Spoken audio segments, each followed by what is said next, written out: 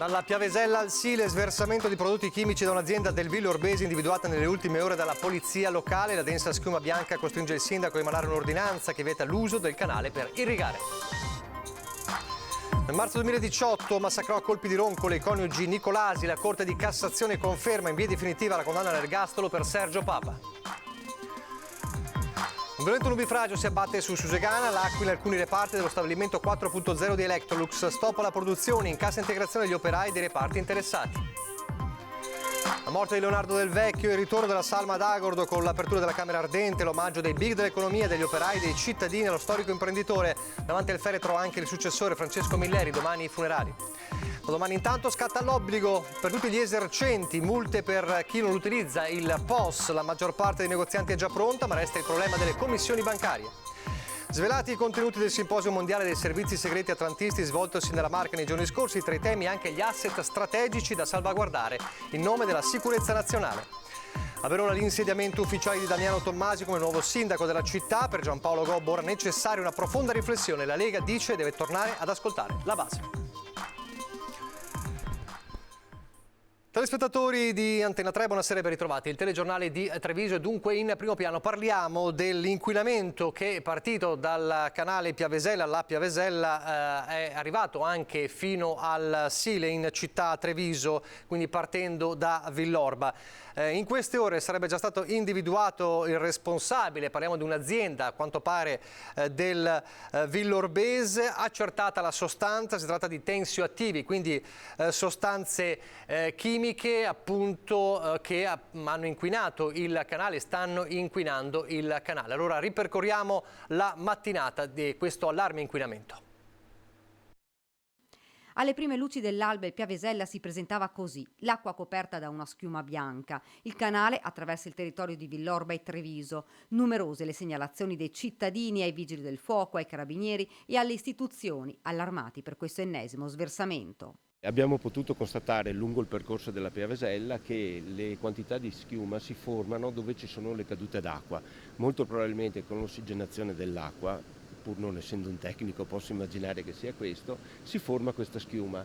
Infatti vedete che a monte l'acqua è perfettamente pulita, mentre a valle la schiuma è esistente, persistente. Non è la prima volta che capita, ci raccontano alcuni residenti. Immediatamente sul posto sono arrivati gli uomini dell'Arma ed i pompieri che hanno posizionato diversi salsicciotti assorbenti per cercare di rallentare la corsa della schiuma. L'ARPAF per tutta la giornata ha continuato ad effettuare numerosi prelievi a monte e a valle del canale Piavesella. In via Cave è arrivato anche il sindaco di Villorba. Immediatamente sono scattate le indagini per trovare il responsabile di questo inquinamento che arriva fra l'altro in un momento drammatico sul fronte siccità. Una volta identificati e rintracciati i responsabili rischiano una denuncia penale. Rischiano una sanzione penale prevista dalla legge 152 per l'inquinamento delle acque superficiali.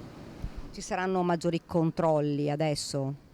Sì, adesso stiamo cercando di monitorare puntualmente tutto il corso della Piavesella e anche eventuali fossi affluenti per verificare se e come arriva questa forma di inquinamento. Acqua questa che viene utilizzata per l'irrigazione. Chi ha sversato dovrà pagare, ci dicono, perché ad una situazione già di emergenza idrica si aggiunge anche il danno ambientale e il danno agli agricoltori che non potranno utilizzare per il momento questo canale artificiale.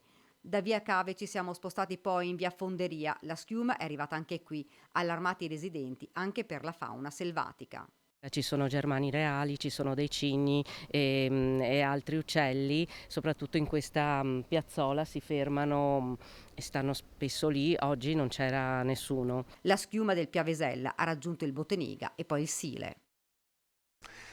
Dunque, lo dicevamo, in queste ore sarebbe stato individuato la responsabilità di questo inquinamento da parte di un'azienda del Villa-Orbese. Al lavoro oggi per tutto il giorno le amministrazioni di Treviso e di Villorba insieme ad ARPAV e ai vigili del fuoco. È stata una giornata lunga per gli amministratori dei comuni di Villorba e Treviso. Hanno seguito passo dopo passo i prelievi e le operazioni dei vigili del fuoco e dell'ARPAV. Sappiamo tutti che il canale Piavesella è un canale artificiale che serve all'irrigazione, quindi appunto come ha detto lei in questo periodo non era il caso, insomma, anzi non serve mai il caso. In questo periodo particolare è ancora più preoccupante. Intanto è pronta un'ordinanza a scopo cautelativo del sindaco di Villorba che vieta l'uso dell'acqua per scopo irriguo. La sostanza trovata nel Piavesella è tensioattivo e altera le caratteristiche dell'acqua stessa. Soprattutto se arriva da un'azienda e soprattutto da quale tipo di azienda, e in questo caso gli interventi devono essere più puntuali e sicuramente le analisi molto più intensificate. Già nella mattinata l'amministrazione di Villorba si era mossa per effettuare le verifiche in alcune aziende. L'ufficio ambiente del comune ha contattato alcune aziende che sono lungo il corso del Piavesella per fare le verifiche del caso. Un messaggio che voglio dare alla popolazione è quello di tenere d'occhio il sito della Protezione Civile del comune di Villorba, dove ci saranno tutte le informazioni passo passo che verranno date dall'ARPA. Ma questa mattina è stato segnalato anche un altro sversamento in pieno centro a Treviso. Sì, qui vicino al ponte della Gobba si sta cercando di capire se sono collegate le due fonti di inquinamento. Sembra di no per questione di reflui, però anche in questo caso stiamo facendo le accurate analisi e capire anche qui come intervenire. La cronaca giudiziaria: nel marzo 2018 massacrò a colpi di roncola i coniugi Nicolasi. La Cassazione conferma in via definitiva la condanna all'ergastolo per Sergio Papa e l'assassino, il killer del famigerato duplice delitto di Rolle di Cison di Valmarino. Da questo momento io ricomincerò a vivere, perché in questo anno e mezzo mi sono messa da parte ed è giusto che io ricominci a vivere. 19 dicembre 2019, Corte d'Assise di Treviso. Le prime parole cariche di emozioni di Katiuscia, la figlia dei coniugi Nicolasi, alla lettura della sentenza che condanna Sergio Papa all'ergastolo per aver trucidato Loris e Anna Maria, papà e mamma della donna. Il delitto di Rolle di Cison di Valmarino, uno dei più efferati degli ultimi anni nella Marca. Una coppia massacrata da colpi di roncola senza un vero motivo, se non una folle e assurda vendetta per essere stato redarguito. L'ergastolo era stato già confermato nel novembre 2020 dalla Corte d'Assise d'Appello. Ora il terzo grado, la Corte di Cassazione, mette la parola fine alla vicenda. La Corte ha rigettato infatti il ricorso presentato dai difensori dell'imputato e reso così definitiva la condanna all'ergastolo. Quel giorno in aula, oltre al fratello di Katiuscia, Eddie, e le sorelle di Anna Maria, c'era anche l'avvocato Roberto Quintavalle che seguiva la figlia della coppia uccisa e che oggi non si dice sorpreso della decisione finale. La cosa è chiarissima, è stata chiarissima fin dall'inizio. Del resto, quando una persona uccisa ha sotto le unghie il DNA dell'assassino perché tentava di difendersi e l'assassino ha dei graffi sulle gote da cui appunto è estrapolato il DNA, penso che sia una prova insuperabile. Era il 1 marzo 2018 quando Sergio Papa, 37enne di Refrontolo, massacrò prima Loris e poi Anna Maria, lui poco fuori dall'abitazione, lei all'interno. La loro colpa? Averlo rimproverato il giorno prima dopo averlo sorpreso dentro la rimessa della loro casa. Un intruso che aveva cercato di giustificare la sua presenza. Non vi ricordate, aveva detto ai coniugi allibiti, anni fa ho lavorato in un cantiere della vostra casa. Sono venuto per chiedere la ricetta delle frittelle che la signora ci aveva preparato quando lavoravo qui. La coppia spaventata lo aveva cacciato in malo modo e il giorno dopo Papa tornò in quella casa armato di roncola a compiere la mattanza.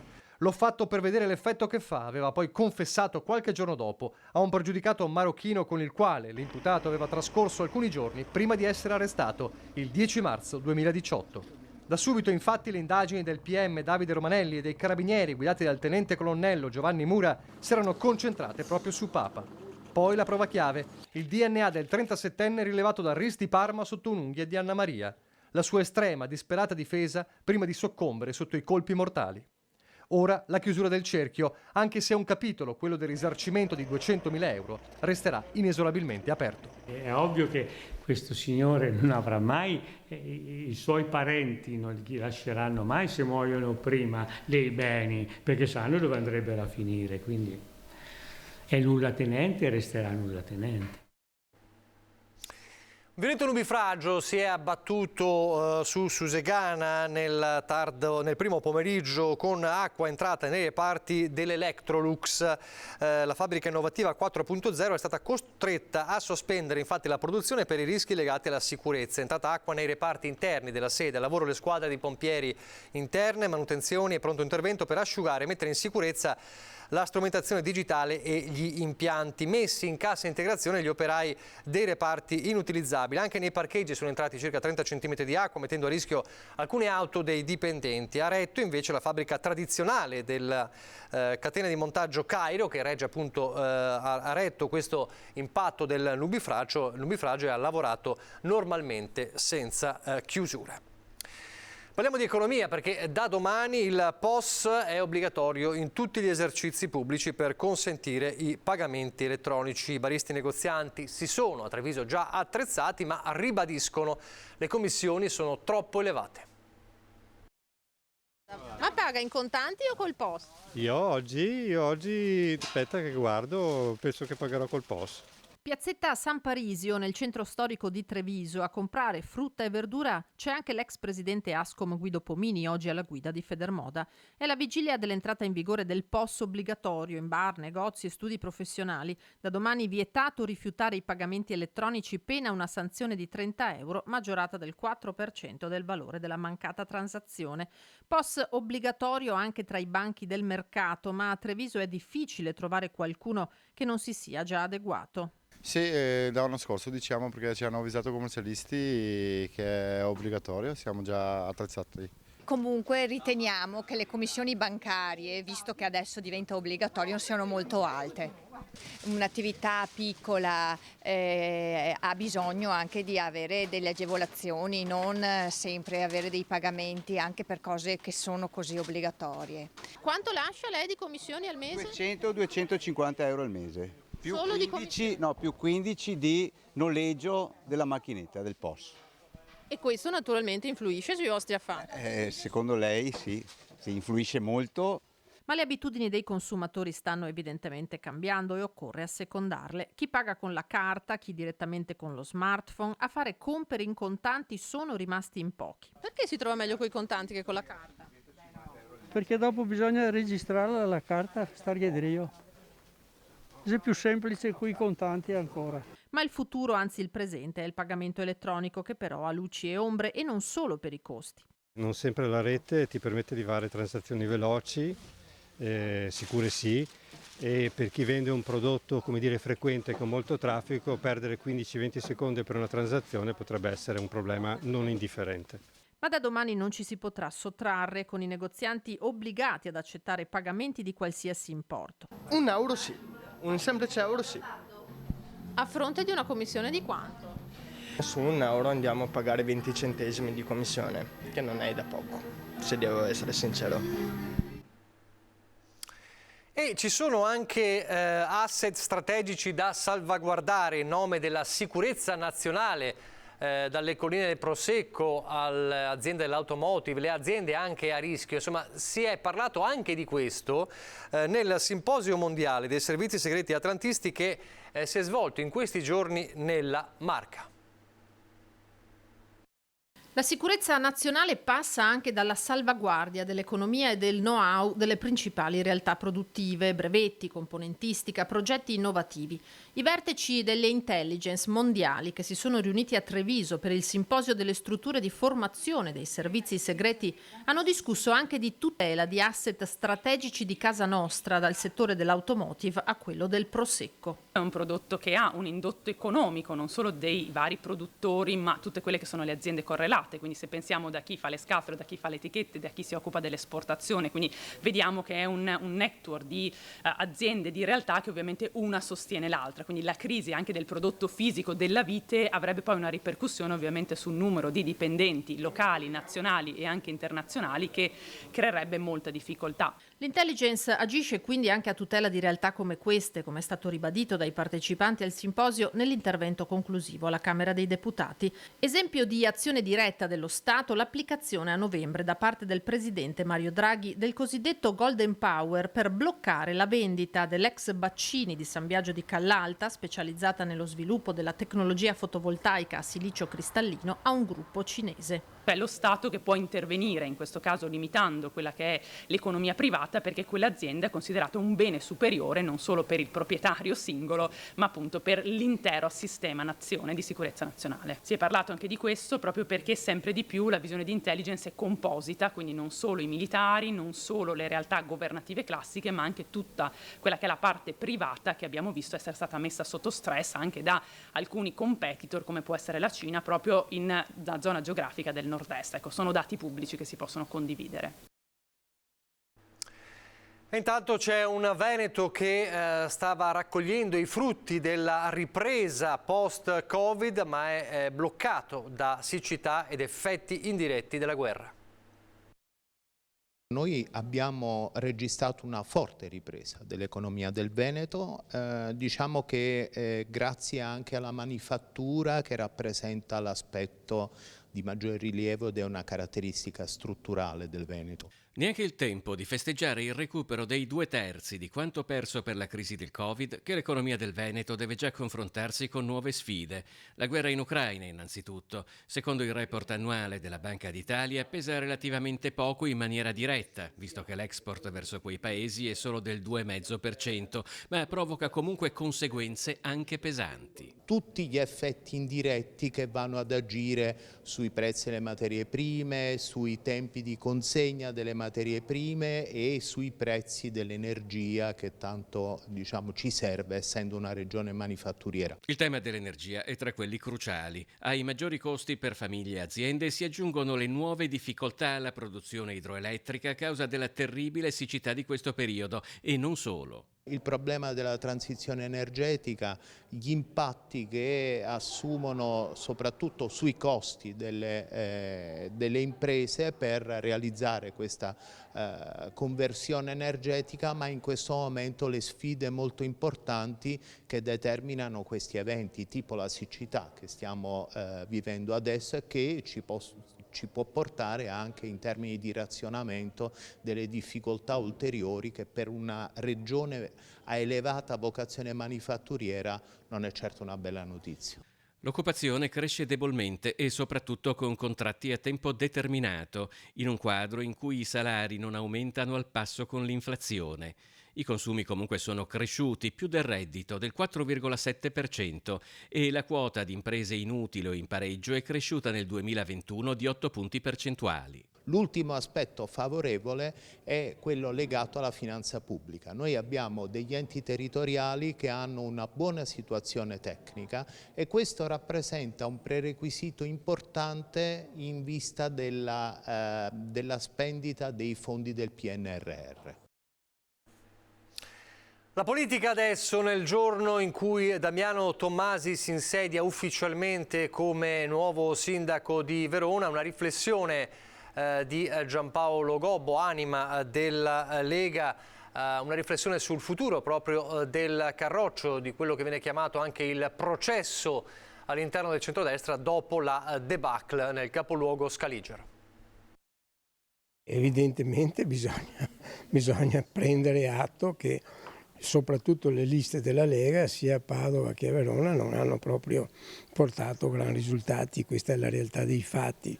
Dopo non voglio assolutamente fare discorsi su cose, su come, perché non tocca più a me questo, però una riflessione profonda credo vada fatta. Da ex segretario nazionale del Carroccio, ma soprattutto da leghista della prima ora, Giampaolo Gobbo parla di qualcosa che non va oggi nel partito, ma non ne fa una questione di leader. Lei pensa che il tempo di Salvini segretario sia finito?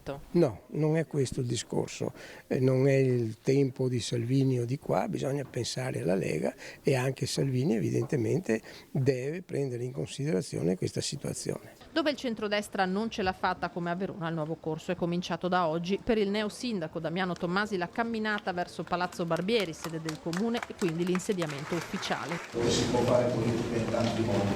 Noi ne abbiamo scelto uno, è stato condiviso, la città ci ha premiato, la vera sfida è che anche questo modo di fare politica diventi buona amministrazione e riesca a dare a Verona quello che merita, quello che deve ambire ad ottenere. Tommasi ha prevalso su un centrodestra diviso, ma per il governatore del Friuli Venezia Giulia, Massimiliano Fedriga, non basta presentarsi uniti per vincere. Bisogna avere un programma di governo serio, prospettare un futuro per l'amministrazione che si è chiamati a rappresentare e forse fare una promessa in meno ed essere un pochino più concreti. Noi dobbiamo lavorare così come centrodestra. Penso che dobbiamo superare la stagione della propaganda a prescindere. Io sono sempre convinto, visto anche la mia esperienza, che si può sempre ripartire dalla base. Chi governa deve capire questo, chi ha in mano gli organi decisori del partito deve capire che bisogna riascoltare la base. Torniamo alla cronaca, rimarrà chiuso da domani al 7 di luglio il Prince Lounge Bar, il locale che si trova in piazza Rigo a Spresiano, teatro di una violenta rissa, lo ricorderete. Il provvedimento del questore è arrivato dopo l'ennesimo litigio tra giovani. Proprio qualche giorno fa si era riunito un tavolo in prefettura per affrontare la questione della sicurezza e delle risse tra i ragazzi. Ci vuole prevenzione e repressione, era stato detto. Ora è arrivato anche il provvedimento, l'ennesimo, a carico di locali dove non viene garantita la sicurezza. Sicurezza stradale invece. La sicurezza stradale è un altro tema ovviamente della Marca trevigiana. Ieri sera a Semonzio del Grappa un grave incidente, una vittima ventenne. La bicicletta che percorre la via, l'auto che la travolge, una ragazza sull'asfalto in gravissime condizioni. Istantanee del drammatico incidente che ieri sera ha visto una ventenne vicentina trasportata d'urgenza in ospedale a Montebelluna dopo lo schianto avvenuto a Semonzio del Grappa. Erano circa le 8 di sera quando la giovane, una ventenne, stava attraversando via Piovego. Improvvisamente e per cause da accertare, l'impatto con una Ford Focus condotta da un 60enne vicentino. La ragazza è stata sbalzata sull'asfalto riportando gravi ferite. Immediato l'allarme dello stesso automobilista e dei passanti, testimoni dell'incidente. La ventenne si trova ricoverata in prognosi riservata nel nosocomio trevigiano. Le indagini e i rilievi sono stati affidati ai carabinieri di Pieve del Grappa. Adesso pochi istanti di pubblicità, poi andremo a Cison di Valmarino.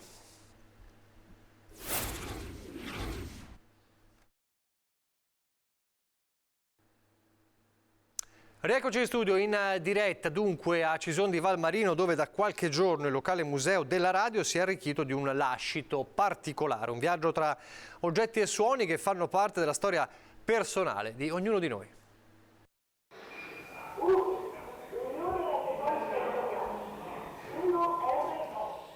Con questo annuncio il 6 ottobre 1921 iniziava in Italia l'era della radio e con essa la prima vera rivoluzione della comunicazione senza fili. E la radio è stata ed è ancora uno dei segnali dell'evoluzione e del cambiamento della nostra società, delle grandi città, come dei piccoli centri, fino alle più piccole sperdute case rurali. Sta qui il suo fascino che ha portato tanti bambini di ieri a diventare appassionati collezionisti di oggi. In mezzo ci sono radioamatori, quelli che hanno fatto le radio libere, chi se le ha costruite in casa e chi le ha fatte diventare oggetti d'arte. Insomma, la radio è e sarà sempre un pezzo della nostra storia. E qui a Cison la storia la racconta il locale museo della radio che in questi giorni si è ampliato. Una persona ha fatto una donazione all'associazione con l'obbligo di dividere i materiali. Uno dei gruppi è stato assegnato a questo museo. Per capire il valore del lascito basta conoscere la lista degli altri musei. Museo della RAI di Torino, Museo dell'Elettricità dell'Università di Pavia, Museo delle Comunicazioni di Arezzo e Museo alla Cittadella di Alessandria. E tra queste stanze il sottofondo sonoro scandisce la nostra storia perché anche qui a Cison, come in tutta la Marca, il Veneto e l'Italia sono riecheggiate queste voci, magari emesse da una radio come questa. Abbiamo pazienzato 40 anni, ora basta! L'ora delle decisioni irrevocabili! Nell'intento di risparmiare ulteriori e più gravi sciagure alla nazione, ha chiesto un armistizio al generale Eisenhower. Qui a Radio Milano Liberata, in nome del popolo italiano, il Comitato di Liberazione Nazionale per l'Alta Italia assume tutti i poteri civili e militari. Oltre 300 esemplari di tutte le epoche, sui quali ogni visitatore riconoscerà un pezzetto della propria storia. Un museo da visitare, perché nella vita di ognuno di noi c'è sempre una radio. In chiusura della pagina di Treviso, un intervento avvenuto poco dopo le 18 a Mogliano Veneto, in via Loreto, lo vediamo nelle immagini dei vigili del fuoco, il salvataggio di un pony caduto in un fossato. I pompieri arrivati a Treviso hanno utilizzato delle manichette vuote come fasce, riuscendo a imbragare l'animale, che è stato tirato fuori dal fossato per essere affidato alle cure di un veterinario accorso sul posto. Le operazioni di soccorso in via Loreto a Mogliano sono terminate dopo circa un'ora, quindi con il salvataggio di questo pony a Mogliano. Adesso andiamo nel Bellunese.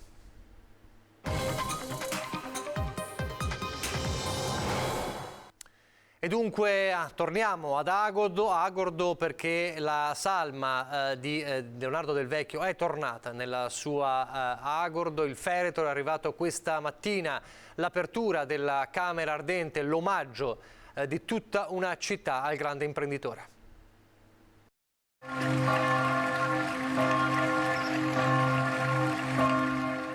Così Agordo ha voluto rendere omaggio a Leonardo Del Vecchio. In centinaia si sono radunati lungo la strada del paese per sciogliersi poi in un commovente applauso al passaggio del feretro, quello stesso applauso che intorno alle 12:30 ha accolto l'arrivo al Palaluxottica.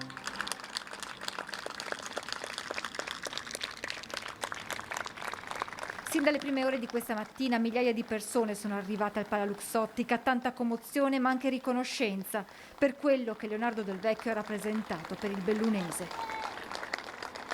Ad attendere il feretro, i familiari, i collaboratori più stretti del presidente. Primo momento di preghiera, poi l'ingresso. Lungo la grande sala tanti vasi di rose bianche, accanto alle composizioni fatte giungere ad Agordo dal mondo imprenditoriale italiano come quella di Lapo, Joanna Elkan e della famiglia Ferrero. Dopo il momento strettamente privato, le porte della Camera Ardente si sono aperte ai tanti lavoratori di Luxottica venuti a rendere omaggio al loro presidente, ma anche ai numerosi cittadini agordini e dei territori vicini. In silenzio, in fila, fino all'arrivo davanti al feretro, c'è chi poggia le mani sulla bara, chi si trattiene in preghiera. Poco prima delle 14 è il momento del successore di Del Vecchio, Francesco Milleri, l'amministratore delegato nominato ieri anche presidente del gruppo. Intanto ultimi dettagli organizzativi per i funerali di domani alle 11:30, tutto l'aspetto logistico è affidato a Luxottica che per permettere ai dipendenti di seguire la funzione ha predisposto maxi schermi in tutti gli stabilimenti del gruppo. Loro hanno organizzato delle navette su tutti i parcheggi che noi abbiamo messo a disposizione. Nessuna particolare modifica alla viabilità, ma attenzione sulla gestione dei parcheggi visto che domani si attendono migliaia di persone per l'addio a Del Vecchio. Il Comune ha messo a disposizione tutti i parcheggi possibili che avevamo sia in centro che anche in periferia, partendo dal parcheggio grande di Luxottica, che una parte è loro e una parte è del Comune, sono 1300 posti. Poi abbiamo tutti i parcheggi che abbiamo ricavato sulla zona sportiva, abbiamo dato a disposizione il campo sportivo per parcheggiare gli elicotteri. Era come un padre, perdiamo una parte della nostra famiglia, ci ha insegnato molto, soprattutto l'umiltà, le tante voci commosse che hanno reso omaggio alla Camera Ardente a Del Vecchio. Sono in tanti, tantissimi, sin dalle 6 del mattino, fuori dal Palaluxottica, in attesa di entrare nella Camera Ardente per rendere omaggio a Leonardo Del Vecchio. Ci sono i cittadini di Agordo e di tutta la valle, e poi loro, i lavoratori di Luxottica. C'è chi stringe in mano un mazzo di fiori, chi fatica a contenere la commozione, nella mente i ricordi del loro presidente, mentre sul maxischermo scorrono le sue immagini. Lungo il percorso tante generazioni di dipendenti del gruppo, chi ha lavorato per oltre 30 anni negli stabilimenti bellunesi. Tutto, perché tutto quello che c'è qui nella provincia di Belluno ruota attorno a Luxottica e quindi chiaramente dobbiamo tutto a lui. Ci ha dato tutto, non solo materialmente, ma soprattutto l'umiltà ce l'ha trasmessa proprio lui e l'amore per il nostro lavoro soprattutto. È una persona speciale, non avevamo timore di lui, un grande uomo e basta. Per la nostra vallata è stato tutto. Come un padre per noi, come un secondo padre. Ho fatto 41 anni anch'io, ho iniziato nel 71 e insomma è una grande perdita. Una persona umile, ci salutava sempre. Abbiamo perso un pezzo di famiglia in un certo senso. È stato un uomo soprattutto umano che è semplice, è un uomo semplice. E poi c'è chi è entrato da pochi anni nel mondo Luxottica, ma oggi ha voluto essere qui per salutare e soprattutto dire grazie a Del Vecchio. Io sono siciliana e Del Vecchio mi ha aperto un mondo, grazie proprio a Luxottica. È da poco, da 2 anni che sono qui, però mi ha dato tanto. Sì, spero di rimanerci il più possibile. Ma a rendere omaggio al Presidente anche tanti cittadini di Agordo e non solo. Sono un abitante di questo paese e bisogna dire grazie a lui per tutto lo sviluppo che ha avuto il paese stesso. Ho sempre ammirato l'operato di questa persona che ha fatto tanto per la provincia. Adesso parliamo dell'ondata di maltempo che ha interessato anche una parte del Bellunese, abbiamo visto già nel Trevigiano, nella zona di Susegana. A Vigo di Cadore una frana costringe alla chiusura la strada provinciale 619, impressionante la colata di detriti. C'è una frana di 200 metri, quindi la strada è bloccata per circa 200 metri con un 4-5 metri di ghiaia. E ha interessato anche due baite, 2 fienili che sono della zona, li ha travolti e distrutti. Il nubifragio, la frana e la colata di sassi e detriti che seppelliscono le baite. Accade tutto in poco tempo a Vigo di Cadore per la tempesta improvvisa che colpisce la zona. Veneto Strade è costretta a chiudere la strada provinciale 619 dalla località Fogher alla località Fabbro.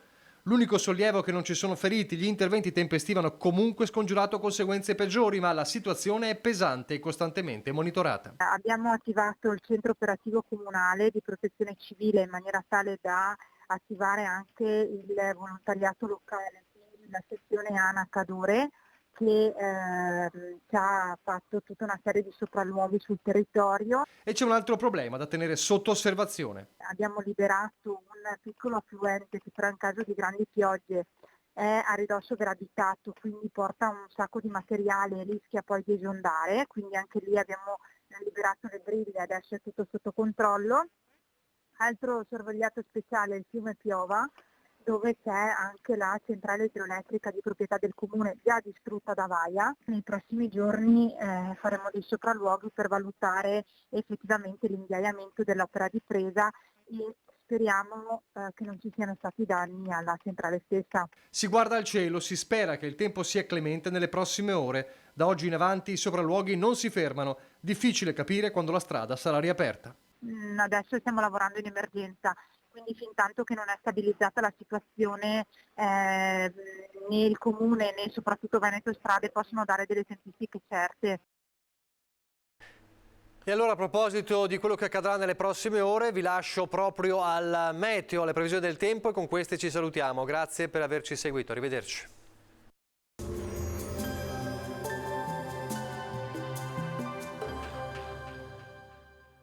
Da oltre 40 anni Bacifrutta c'è per te. La qualità e il risparmio Bacifrutta c'è per te. Selezioniamo il prodotto, Bacifrutta c'è per te. Bentrovati al meteo. Passata la veloce e debole perturbazione di origine atlantica, l'anticiclone africano torna a rinforzarsi ancora di più sul nostro territorio. Vediamo il dettaglio di giovedì 30 giugno. Sul Veneto il mese si conclude con poche novità rispetto ai giorni scorsi. Tanto sole, cielo da sereno a poco nuvoloso, salvo locali addensamenti, specie in montagna dove sarà possibile anche una leggera variabilità con locali piovaschi. Temperature sostanzialmente stazionarie, minime tra 16 e 23 gradi, massime comprese invece tra i 29 e i 34 gradi. Spostiamoci ora sul Friuli Venezia Giulia, anche in questo caso ampio soleggiamento, lo vediamo, cielo sereno o poco nuvoloso con venti a regime di brezza. Temperature minime sui 20-24 gradi, massime intorno ai 29-33 gradi. Infine diamo uno sguardo alla situazione del Trentino Alto Adige, in prevalenza soleggiato con qualche rovescio o temporale pomeridiano sui settori più settentrionali della regione. Temperature minime intorno ai 20 gradi, massime sui 32-33 all'incirca. Dal meteo di Antenna 3 per ora è tutto, grazie per l'attenzione, arrivederci.